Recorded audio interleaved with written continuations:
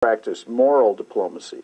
During the more than 25 years of his pontificate, John Paul II dramatically raised the profile of the papacy on the international level and played a key role on many fronts, such as helping to bring down communism in Eastern Europe. Throughout his extensive travels, he was a vigorous global voice.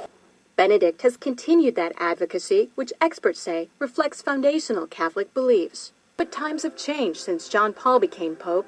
We don't have the Soviet Union anymore. What we have is the problems in the Middle East, which is where Pope Benedict has been directing his attention.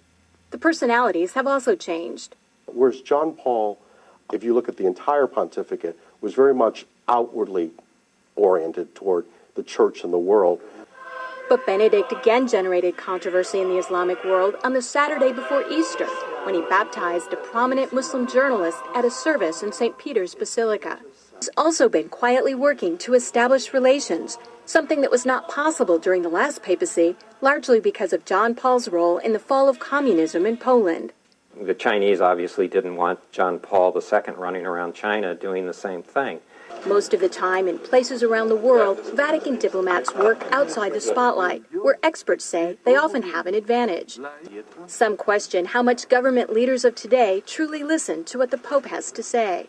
And that, observers say, is a moral authority that can't be measured by economic strength or military divisions. A moral authority Benedict hopes to draw upon when meeting with U.S. officials and speaking before the United Nations. I'm Kim Lawton in Washington. A lot of good Christians in Roman Catholic Church, notice Catholic Church, but unfortunate because they don't understand the history of their church. During Dark Ages, Constantine was the one who united his own people, them pagans, to Catholic Church. And when they unite in the church, because, there was statue worshippers, idols.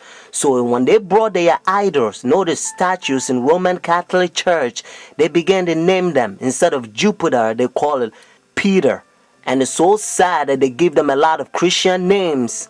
And they bow down, sometimes they kiss, they worship. But to change the name, that doesn't mean the idol is changed. Friends, so when they take leadership in the church during Dark Ages, they change rules in the church and they come up with a lot of traditions because they can't go by Bible rules. Because like I said, there was pagans. According to Ten Commandments, you don't have to bow down images and statues. If you look Roman Catholic Church, the 10 commandment, the second commandment that talks about images, they remove that. And then the 10th commandment, they spread. One of them that they also did, they persecute a lot of Christians that they protest against their paganism and their traditions. Protestants, Sunday churches, they persecute them, a lot of them. So that's why their forefathers, they ran from persecution and they came to United States and they find free land. So now we're going to go to Revelation chapter 13 and you're going to learn a beautiful Bible prophecy. Revelation chapter 13 has two beasts. Notice the first beast is Roman Catholic Church and then the second beast is United States. Verse 11 and 18 they unite with Roman Catholic Church. Let's find out who gave the power to Roman Catholic Church. Notice Revelation chapter 13 verse 4. So they worship the dragon who gave authority to the beast. And they worship the beast saying, who's like the beast, who is able to make war with him. Friends, according to Revelation chapter 13, we know that the dragon gave the authority, the power to this beast. And according to Revelation chapter 12 verse 9, the Bible helps us to understand that the dragon is the old serpent called the devil and Satan. Notice what it says in verse 11 and 12. Notice the same chapter, Revelation chapter 13. Then I saw another beast coming out of the earth, and he had two horns like a lamb, and spoke like dragon.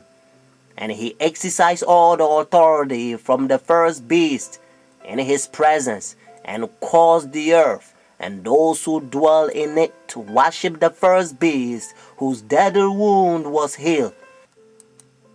Just in case if you're thinking about any country, they don't fit. Whether it's China, India, Iraq, or Africa, they don't fit. That's what it says in verse 12. He exercised all the authority, notice, from the first beast, Roman Catholic Church, because when they ran from persecution, they came over here. They don't want to have anything to do with Roman Catholic Church because they used to persecute them, friends. That's what it says. And again, I want you to get this so that you will know that it's the United States. Verse 12, he exercised all the authority from the first beast. But unfortunately, the same verse 12 says, and caused the earth and those who dwell in it to worship the first beast, whose deadly wound was healed. So United States is going to cause the whole world to worship Roman Catholic Church. And that's why now they already have pagan sun worship day, Sunday worship, the Roman Catholic Church. They changed God's holy Sabbath from Saturday to their pagan sun worship day, Sunday worship. So whenever they enforce the law, friends, if you think, well, because I'm not going to buy, I'm not going to sell, and the things is going to be hard, and you don't believe in God, and you doubt his power, if you doubt God who created you, the one who holds your breath, and if you doubt his power, and if you go by the pagan sun worship day, behind the scene is the devil that wants you to worship him, at that time probation will close. Your decision is made. You will be doomed. Revelation chapter 14, God placed a fearful curse on those who receive the mark of the beast, those who worship the devil. But friends, have faith. Jesus Christ will send his angels. Sometimes they will come as a form of mankind, and they will give you a food in the time of trouble. Hebrews chapter 4 verse 7 to 11. Notice what Bible says. And again he designated a certain day, saying in the David today, after such a long time as it has been said, today, if you will hear his voice, do not harden your heart. For if Jesus has given them rest, then he will not afterward have spoken of another day.